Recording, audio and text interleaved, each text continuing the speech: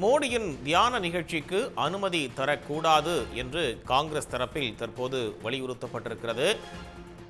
தேர்தல் நடத்தை விதிகள் அமலில் இருப்பதால் மோடியின் தியான நிகழ்ச்சிக்கு தேர்தல் ஆணையம் அனுமதி தரக்கூடாது என்றும் தேவைப்பட்டால் நீதிமன்றத்தையும் அணுகுவோம் என்று தமிழ்நாடு காங்கிரஸ் கமிட்டி தலைவர் செல்வ பெருந்தகை தெரிவித்திருக்கிறார்.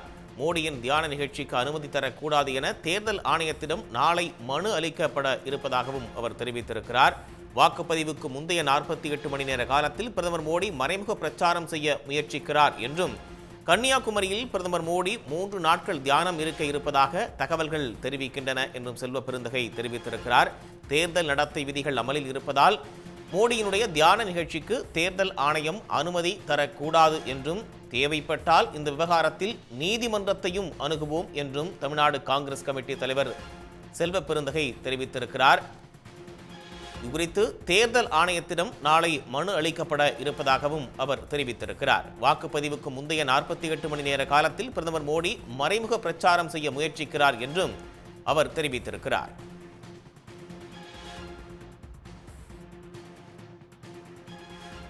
இதுகுறித்து கருத்துக்களை பகிர்ந்து கொள்வதற்காக இணைக்கிறார் தொலைபேசி வாயிலாக நம்மோடு தமிழ்நாடு காங்கிரஸ் கமிட்டி தலைவர் திரு செல்வ பெருந்தகை அவர்கள். வணக்கம் சார். வணக்கம். வணக்கம்ங்க. வணக்கம். மோடியினுடைய தியான நிகழ்ச்சிக்கு அனுமதி தரக்கூடாது அப்படின்னு தெரிவிக்கிறீங்க, என்ன காரணம் சார்? காரணம் ஒன்றும் அல்ல. தேர்தல் ஆணையத்துடைய நடைமுறை சட்டம் இப்போ அமலில் இருக்கு. அமல்ல இருக்கும் போது இந்த தியானத்திற்கு அனுமதி கொடுக்கலாமா? பிரச்சாரத்தை முடிச்சுட்டு நேரா தமிழ்நாட்டுக்கு வந்து அங்க இருக்கிற அவருக்கு ஆதரவு பத்திரிகையாளர்கள்லாம் அழைத்து வந்து இதை மிகப்பெரிய லெவலில் ஒரு ஒளிபரப்பு செய்து இது ஒரு மறைமுக தேர்தல் பிரச்சாரமாக மேற்கொள்ள இருக்கிறார். இதை எப்படி அனுமதிக்க முடியும் என்பதுதான் எங்களுடைய கேள்வி. ஆகவே அனுமதிக்க கூடாது. தேர்தல் நடைமுறை சட்டம் அமலில் இருக்கும் பொழுது இந்த இன்டைரக்ட் கேம்பெயினிங் மறைமுக பிரச்சாரத்தை ஒருபோதும் அனுமதிக்க கூடாது.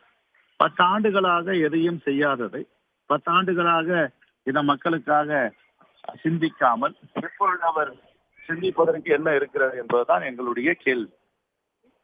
ஆகவே இதை அனுமதிக்க கூடாது. நாளைக்கு தேர்தல் ஆணையம் சந்தித்து நாங்கள் மனு கொடுக்க இருக்கிறோம். காவல்துறை தலைவர் அவரிடம் மனு கொடுக்க இருக்கிறோம். தேர்தல் நடைமுறை சட்டம் அமலில் இருக்கும் பொழுது எப்படி இது போன்ற நிகழ்ச்சிகளை அனுமதிக்க முடியும், எப்படியெல்லாம் அதிகாரத்தை துஷ்பிரயோகம் செய்ய முடியுமோ, தவறுதலாக பயன்படுத்த முடியுமோ அதை மோடி தொடர்ந்து செய்து வருகிறார். அதற்கு ஆதரவாக தேர்தல் ஆணையம் இருக்கக்கூடாது என்பதுதான் எங்களுடைய நோக்கம். தேவைப்பட்டால் நீதிமன்றத்தையும் நாங்கள் அணுக இருக்கிறோம்.